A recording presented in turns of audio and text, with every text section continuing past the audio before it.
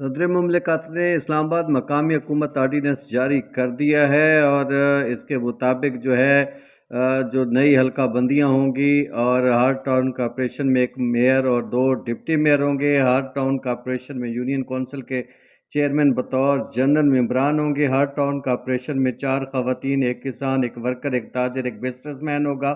ہر town corporation میں 1 نوجوان رکن، 1 غیر مسلم ہوگا۔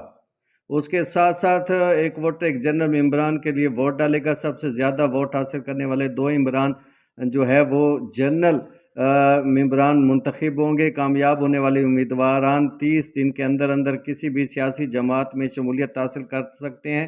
جنرل ممبران یونین کونسل کی مخصوص نشستوں پر ممبران شو آف ہینڈ کے ذریعے منتخب ہوں گے اور یونین کونسل کے جنرل ممبران مخصوص نشستوں کے ممبران خود میں سے شو آف ہینڈ کے ذریعے چیئرمین اور وائس چیئرمین کا انتخاب کریں گے۔